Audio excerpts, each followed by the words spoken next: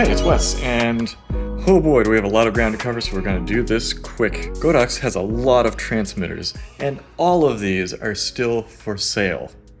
We have the original, the X1T, the original Pro, the X Pro, the X2T, the Adorama exclusive R2 Pro 2, only available in wherever you want to order something from Adorama, the X Pro 2, and then finally the X3. This one's the X3S, also known as the R2 Nano from Adorama.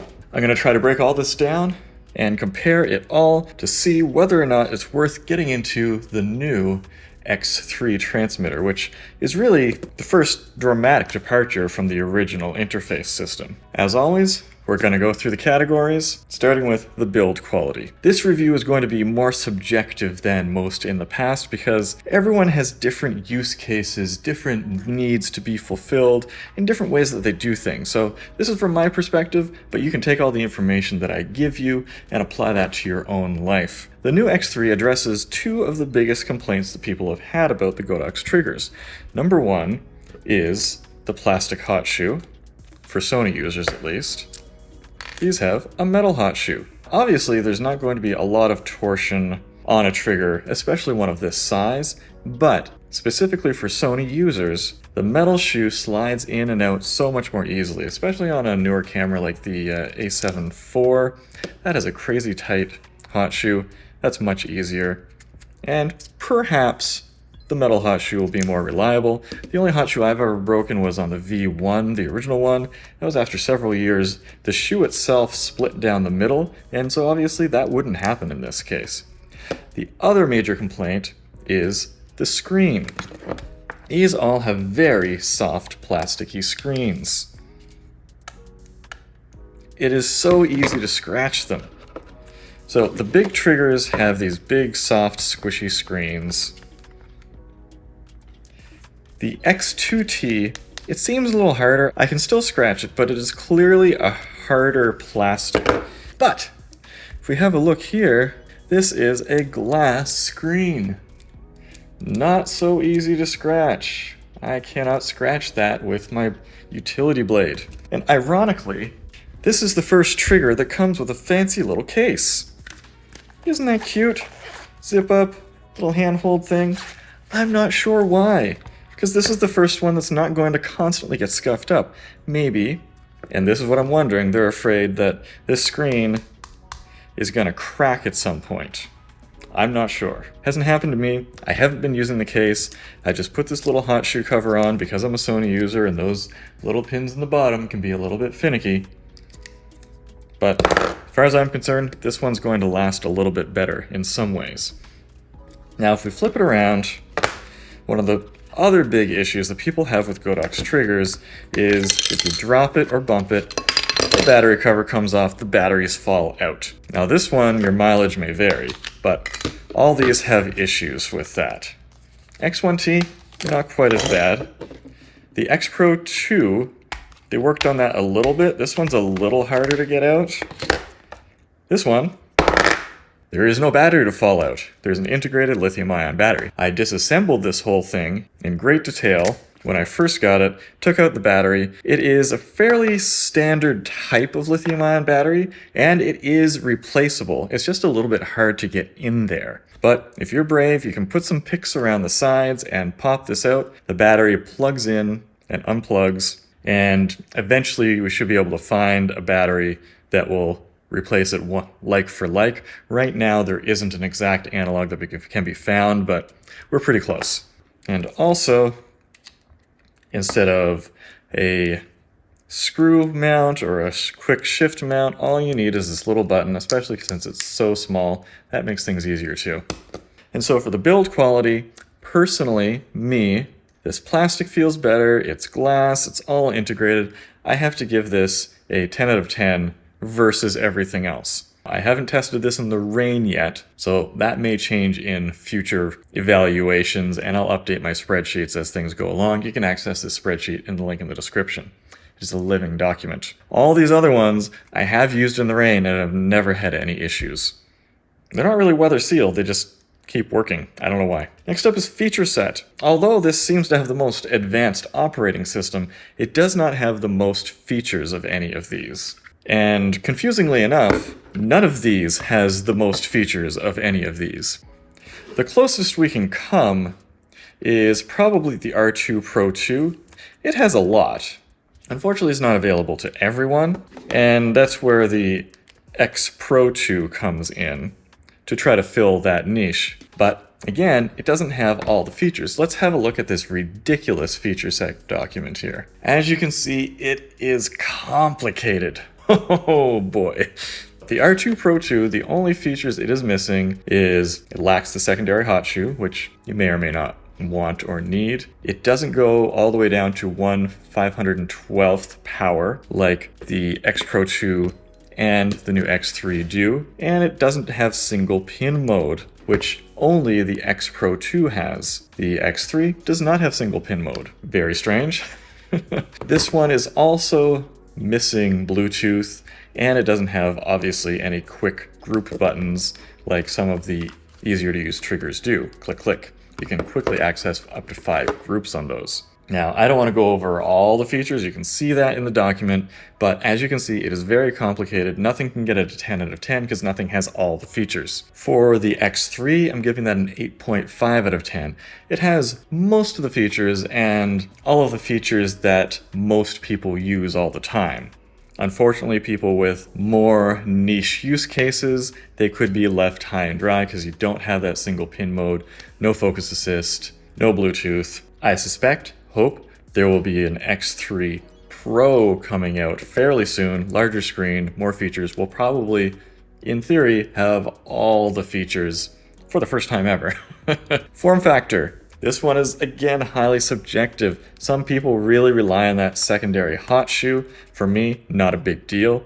Previously, my favorite form factor transmitter was this, the X2T, because it is smaller on the camera, doesn't catch against people and tables and chairs when you're working events, and you have these quick shortcut buttons on top. You got your thumb here to adjust things very quickly. Very simple and easy. I like that. But here we get even smaller and shorter. I like that even more.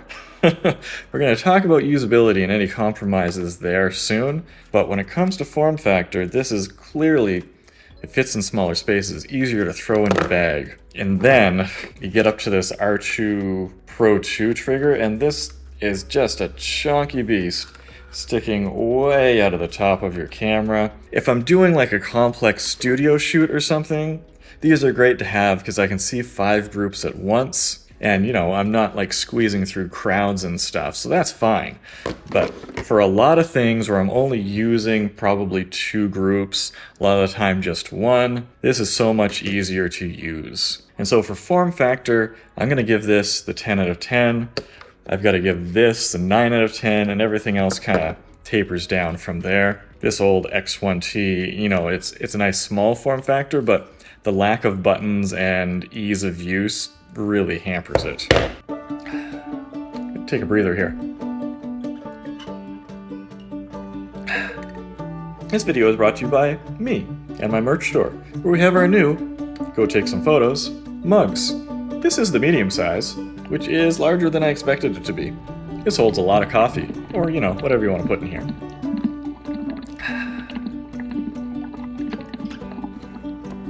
So, if you want to rep your willingness to go take some photos, you can order some in the link in the description below, or one of these t-shirts. Let's get back to the mess. Next up is usability, and this is the most complex topic, and we're gonna go deep on this. Number one, the biggest concern people have had with this is the battery life, and I have to say that I have absolutely no issues personally with the battery life on this. I set one of these to screen on all the time, no sleep, no timeout. It lasted for 112 hours or 4.66 days, and that was with several photo shoots in the meantime. I highly doubt that there would be any way in normal settings of you exhausting this in one day. And if you do, you can easily recharge it via USB-C, and I always have a USB-C charger on me in my bag for a variety of reasons. So if I'm at an event, number one, I would never expect this to fail. Number two, I have a backup power supply for it anyway. Whereas with this, you obviously have to bring backup batteries if you want to have a backup, but it's gonna last you for weeks at least. For some people, it'll last for months. So your mileage might vary there. I have no issues with battery life whatsoever. Next up for usability, we're gonna talk about working distance. Godox talks about 100 meters of reliable use case, but if I test all of these for line of sight, they're all working up to 350 meters just fine. Now, obviously, your reliability might go down a bit, and it's a little hard for me to test fire thousands of shots at 350 meters.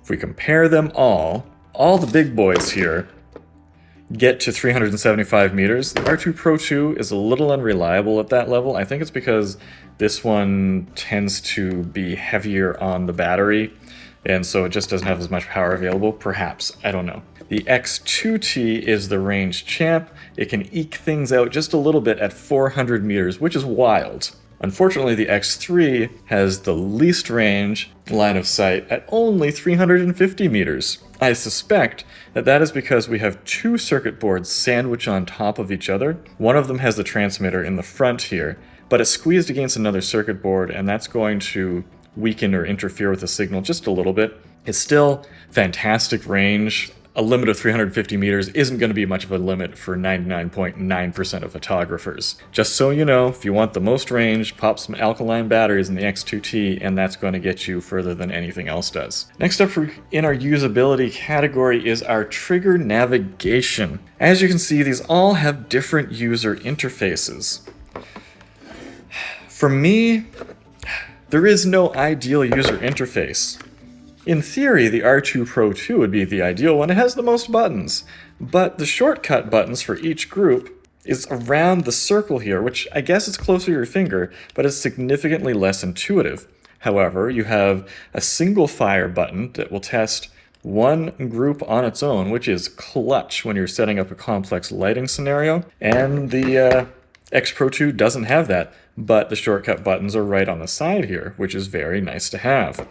This obviously doesn't have shortcut buttons on the side or anywhere. This one has the shortcut buttons on the side, but you can't enable and disable groups just by double tapping on them, where you can with this one and this one.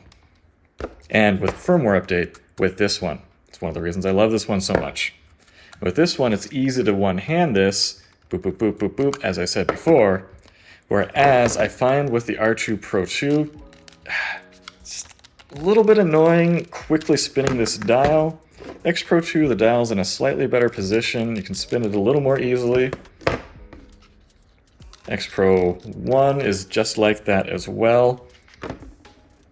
This one, I'm a little bit annoyed that the dial is on the right-hand side. So as you're holding your camera and the dial is there, it would be nice to have it on the other side so that you can spin it more easily.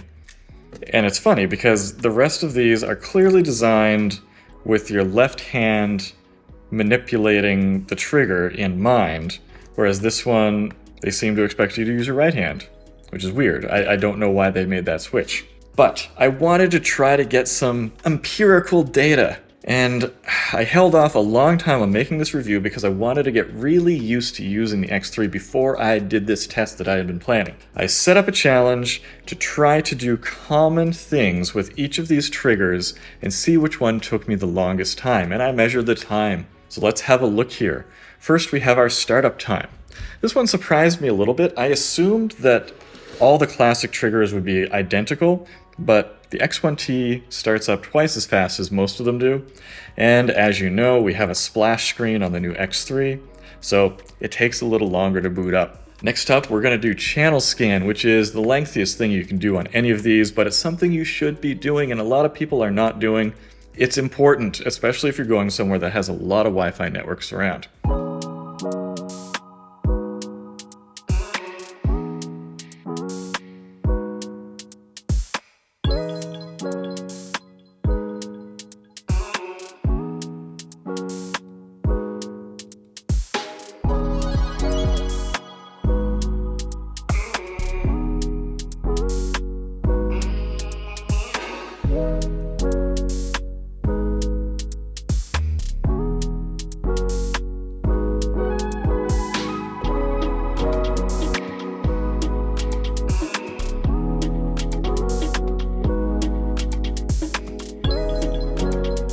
This one also surprised me.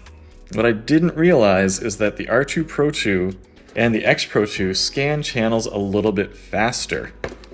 I figured that with the new operating system on the X3, it would scan the fastest, but it doesn't. That really surprised me. And as a part of the channel scan, I also included changing the channel when you're done, because I feel like if you don't include that part, it's not really the full procedure. Next up is changing the trigger output distance. And here the X3 did the best because it's kind of a menu diving procedure and it's very easy to dive through the menu on the X3.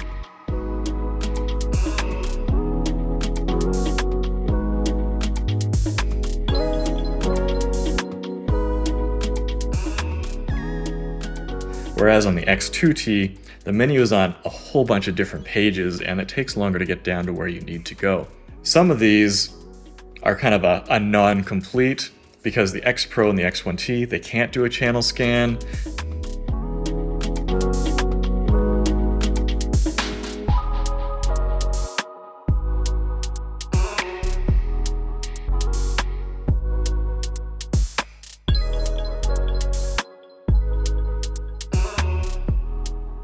Modeling lamp alterations. I gave a failing grade to 3 of these because you can't do full granular adjustment from like 0 to 100%. So the only ones we're looking at here are the R2 Pro 2, X Pro 2, and the X3. And the R2 Pro 2 is clearly the easiest because you have more shortcutting going on here, whereas in the X3 and the X Pro 2, there's a bit more switching around going on.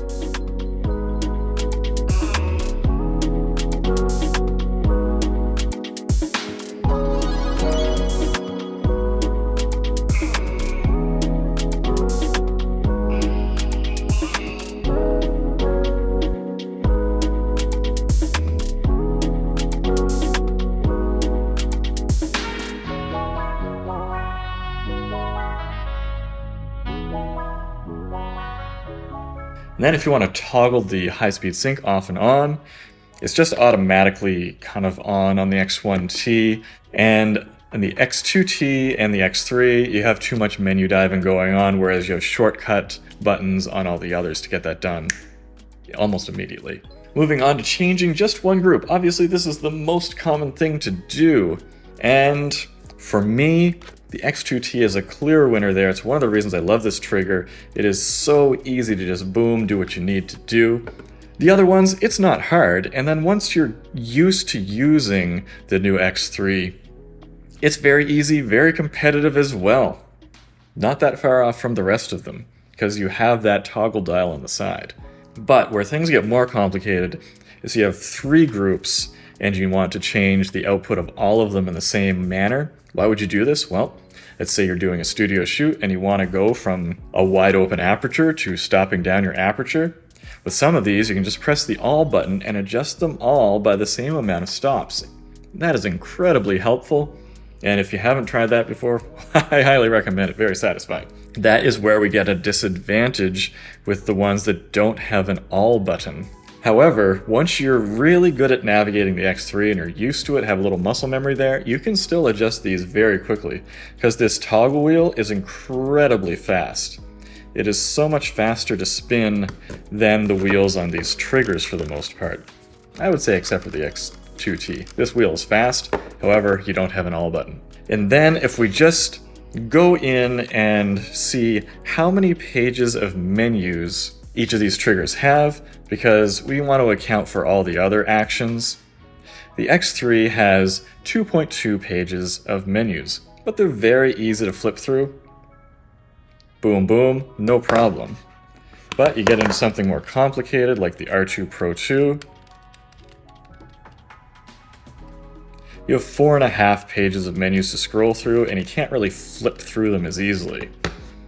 And then on the far side of things, on the X1T, you have 10 pages essentially, because they're these custom function things that you're flipping through, and there's not even titles. That's not great. So if we add this all up together, we will get what I am calling our trigger navigation factor. And if we have a look at that, you will see that the R2 Pro 2 and the X Pro 2 overall are the fastest triggers to use. If you want to get something done really quickly, on the fly, these ones are obviously the quickest way of doing it. Obviously, the X1T is by far the hardest way of getting anything done. But it's cheap, it's old, almost nobody's buying this anymore, I assume. Whereas the X3 isn't even toward the end of the pack, it's actually in the middle of the road. I wasn't even expecting that. But with a little bit of practice, you can still get the job done just as quickly as some of these other triggers. All that said and done, for usability, I'm going to give the X3 a 7 out of 10. Obviously, we have higher scores for some of these other triggers, and that's not its forte. However, what I didn't account for there is the learning curve. Some of these can be a little bit hard to get used to. This has a nice fluid touchscreen interface, and for newer users, this might be the easiest way to get into off-camera flash photography. Next up is value. Let's have a look at some prices here. Honestly, the price of this surprised me a little bit. It's only $90 US. And for the amount of more advanced technology going on here, that's a pretty good deal. However, like the case and all that stuff is a little simpler, not nearly as many buttons and moving parts, but you do have a glass touchscreen and an integrated lithium-ion battery. There's no battery coming with this. And so we have the original, the X1T, that is only $46 US. Next we have the X Pro that is $70 US, and strangely enough, the R2 Pro 2 is also $70 US. That is a steal. And Adorama's really throwing people a bone here by giving them a ton of value in this trigger. And we also have a nice value in the X2T, which will forever be one of my favorite triggers ever made. That's only 60 bucks. And then we have our $90 triggers, the X Pro 2 and the X3. Honestly, the value proposition here for the X Pro 2 is not fantastic. When you get the R2 Pro 2 for less, and this very advanced touchscreeny device for the same price. Now I assume when the newer, bigger version of this comes out, it's going to be over $100 US, but hopefully it includes a whole bunch of stuff that we didn't see before. And so for value, I'm going to give the X3 a 9 out of 10, with just the R2 Pro 2 coming in at a 10. And so, if we take all those scores, add them all up together here, again, a lot of this is subjective just for me, the X3 somehow comes out on top, and I mean, that makes sense. I made these scores and I really enjoy using this. But for some scenarios, like I say, a complex flash photography shoot, I'm still going to fall back on one of these larger screen, 5-group, shortcutty transmitters. But if I'm packing up my bag and I'm not doing something wildly complex, this is the trigger that I am bringing with me. Very nice, very small, very easy to use. What do you think about my insane scoring system for all of these flash triggers? Which one is your favorite? Are you looking forward to a bigger version of this, or do you think we should just stick with the old form factor? Let me know down in the comments below. If you want to pick up any of these, there's going to be links down in the description below to help support this channel and feed my fat cats. Use what you like, and go take some photos.